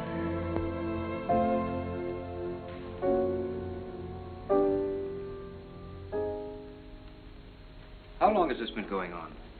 For weeks, Oscar. Ever since Jim died. He's a score to write, and he hasn't done one song. Well, that certainly doesn't sound like Jerry. He seems to have completely lost heart. Have you had any word of Sally? No, but he has every friend he ever had in show business looking. Well, don't worry about it. She'll turn up. It's Jerry I'm worried most about. You know, Oscar, I believe he's beginning to think he can't write music anymore. It's heartbreaking to watch him. Well, I have a book here I'd like him to take a look at. I've been commissioned to adapt it and write the lyrics, and I think Jerry's the man to do the music. I don't think he'll do it, Oscar. Well, that's hard to believe. There's never been a time as long as I've known Jerry when you couldn't excite him with a good story. There's never been a time in his life like this. But you can try, and I'll tell him you're here.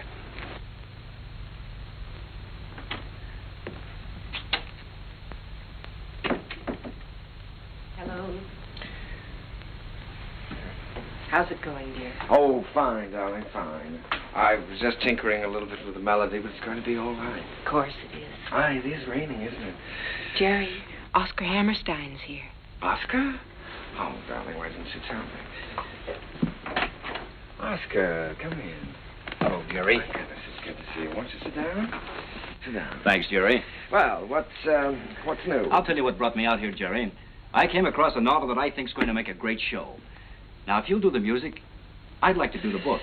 Oscar, I'd love to. I really would, but, I have so many commitments right now that I don't think it wouldn't be fair to you or anyone concerned. Suppose I leave the book with you and you glance through it when you have time. Oh, it's no use, Oscar. Well, I'll leave it anyhow. See you next week. Won't you stay for dinner? I'd certainly like to, but I have to get back to town. Bye, Eve. I'll see you to the door, Oscar. Bye. Bye.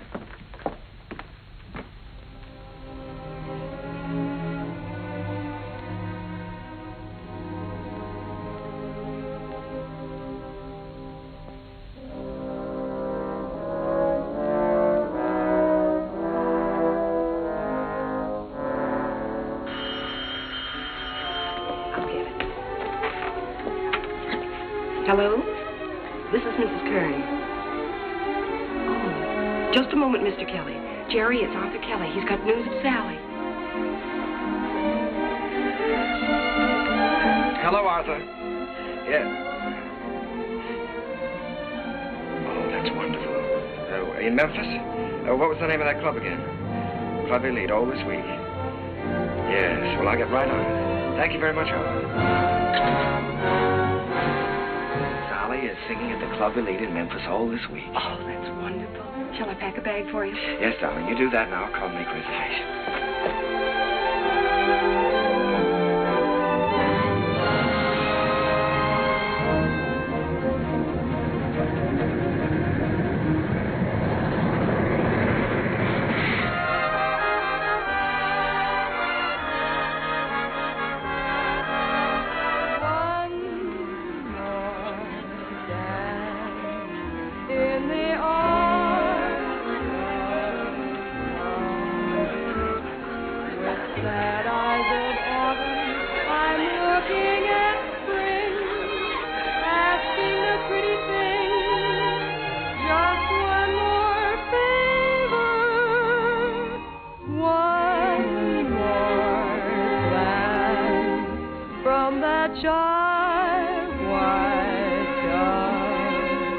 One more night, if you will. One more flight, one more thrill. One more dance, if you will, with me.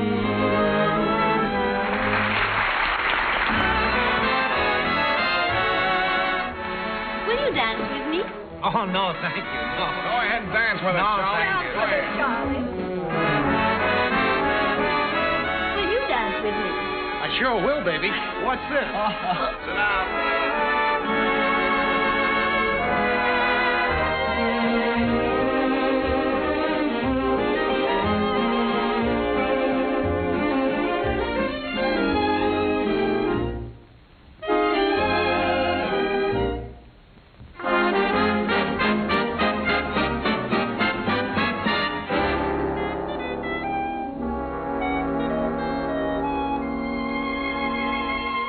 What you're losing by constantly refusing to dance with me. You'd be the idol of France with me, and yet you stand there and shake your foolish head dramatically, while I wait here so ecstatically. You just look and say emphatically, not this season, there's a reason. I won't dance, don't ask me. I won't dance, don't ask me. I won't dance, madame, with you. My heart won't let my feet do things they should do. You know what? You're lovely. So what?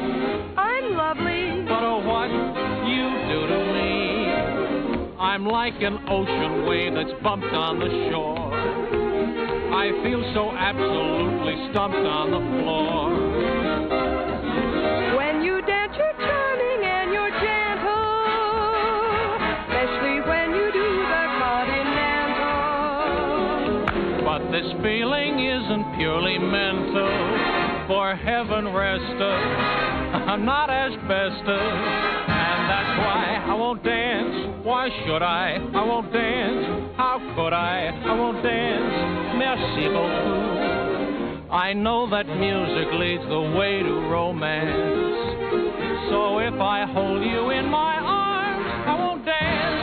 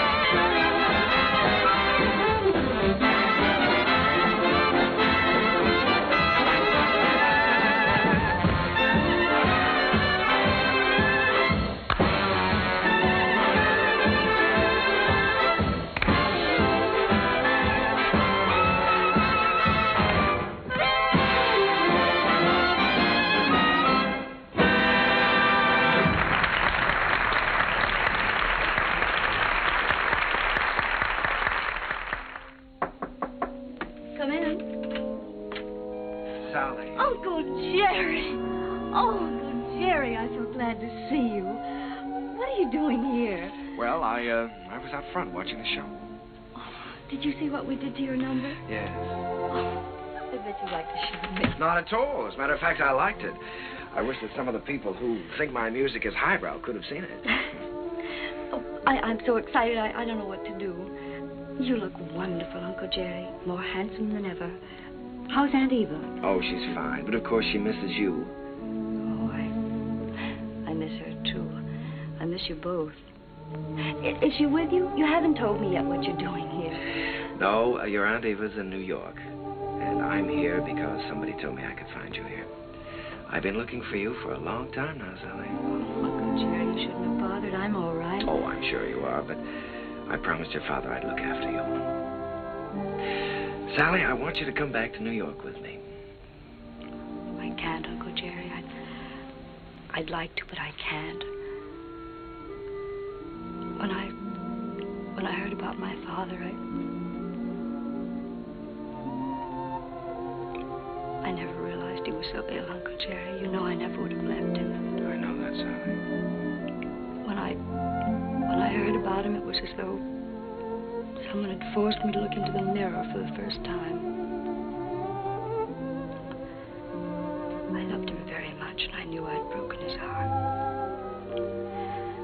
I was spoiled and selfish, and I knew that I could never have any respect for myself again unless I did what I said I was going to do. So you see, I can't go back right now. I'm making my own way now, and I'm pretty good at it, too. Well, Sally, I just don't like the idea of you being here and all alone. This is just a stepping stone from where I've been to where I hope I'm going. I'm making $50 a week now because management thinks I'm worth $50. If I'm worth more, I'll get more. And if not, I'll have to find it out for myself. And Uncle Jerry, I'm not using anyone. 5 minutes, Miss Heflin. Thank you, Jimmy. You understand, don't you, Uncle Jerry?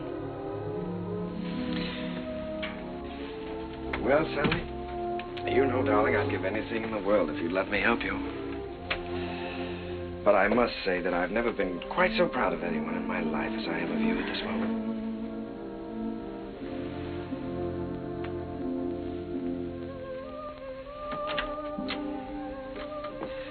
Good luck, darling.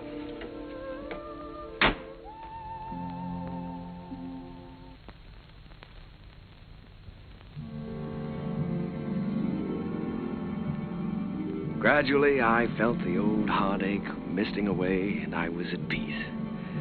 The promise I had made Jim had been fulfilled. Sally was going to be all right. I walked along the river that night, with the river wind in my face and the taste of it on my lips. And I stood there listening. A sudden excitement thrilling through me, listening to the song of a river that makes its way right through the heart of America. And the voice of that river was the laughter, the tears, the joys, the sorrows, and the hopes of all America's people.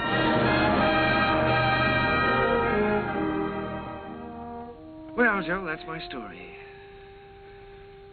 It's too bad Mr. Hessler couldn't have been there tonight, Mr. Kern. Oh, he was there, Joe. He'll always be a part of any music I ever write. Whatever happened to Miss Sally? Well, I don't know exactly. She's on her own now. Maybe I'm just getting tired of something, but ever since Jim's been gone, I feel like everything is sort of ending for me.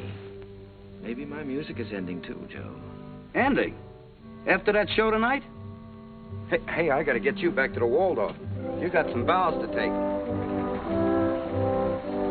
No, sir, Mr. Kern. Your music ain't ending for you. In my opinion, it's just the beginning.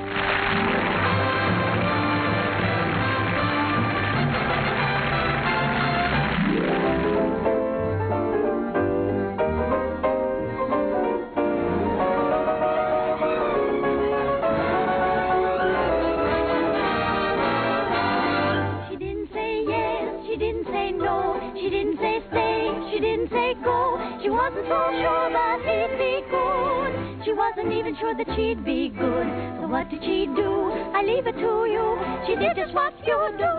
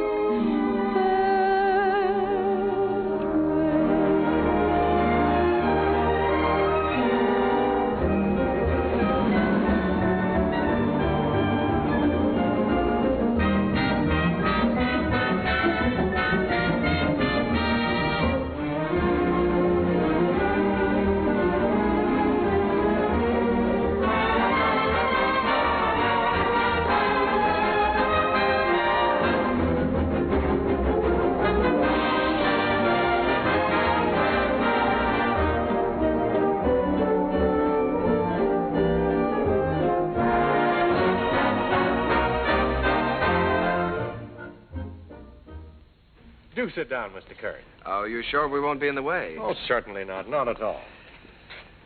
Well, I can't get over this, Mr. Artide. We certainly don't grow stages like this on Broadway. Darling, look at the size of that orchestra. Why, you have everything in the world to work with here. That's right, Mr. Kern. We've tried to give you the best of everything. Yes, that's so. What was the number you were going to do today? Well, we found an old song of yours that you did first in 1917, called The Land Where Good Songs Go. Oh, I'd almost forgotten about that one. We're using it as a frame for some of your other songs. What star is going to sing this? Well, Mr. Kern, as a matter of fact, we're trying out a newcomer. Oh, a newcomer. This girl did a test for us in New York, and it impressed us, so we flew her out here. She hasn't done much yet, but we have great hopes for her. Quiet! All right, girls, We're ready. Ready for a take. All right, let's try one. Places, please. Okay, Charlie. Hit the lights. Quiet. Okay, roll 'em. Action.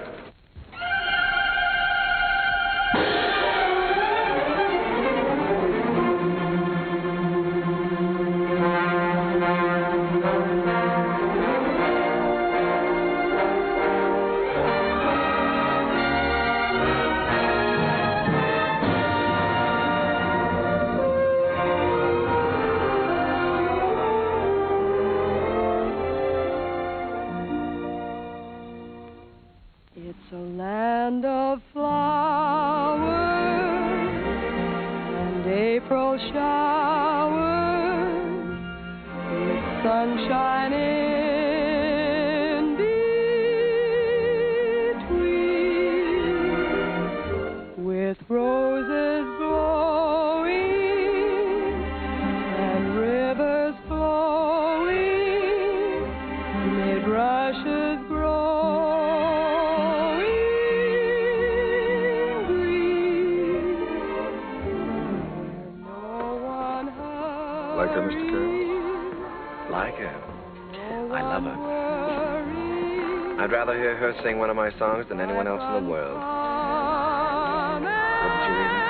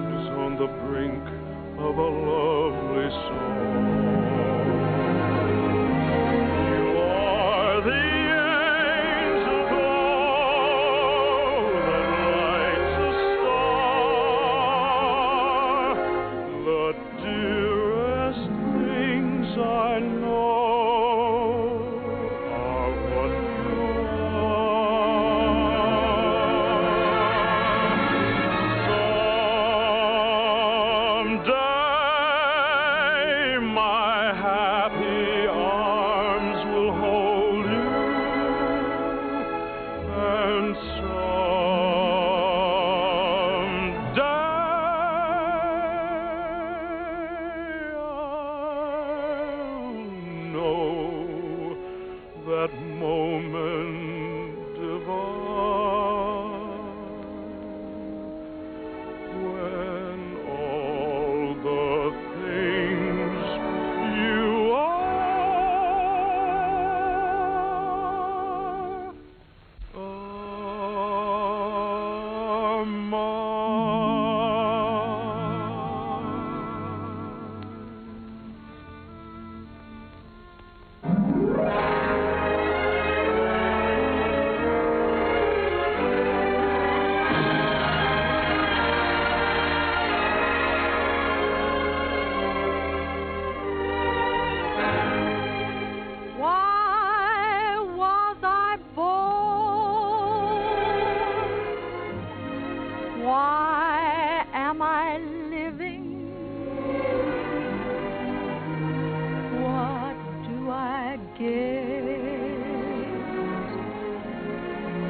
what am I giving?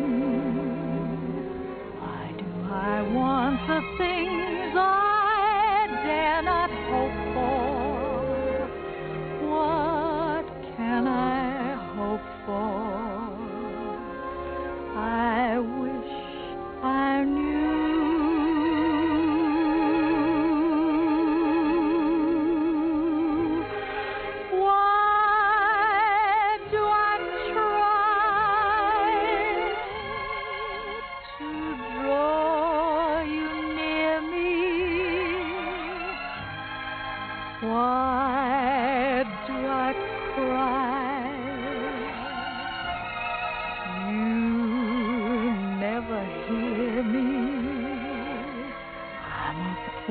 Fool, but what can I do?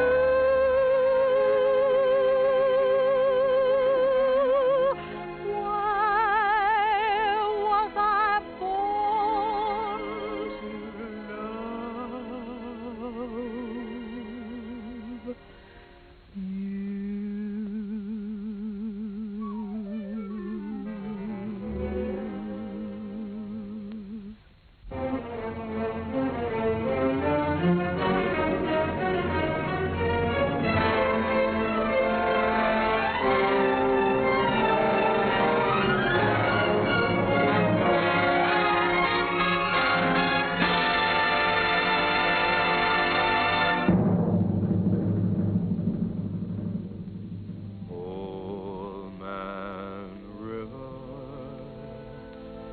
That old man River,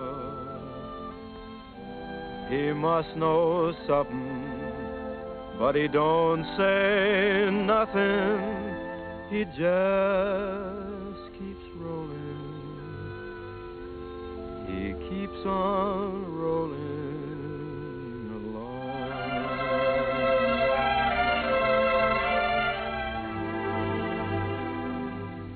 He don't plant taters, and he don't plant cotton, and them what plants some is soon forgotten. But old man River just keeps rolling along.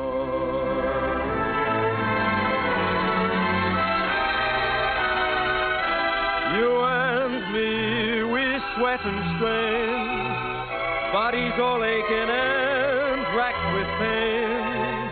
Tote that bar, lift that bell, you get a little drunk, and you land in jail.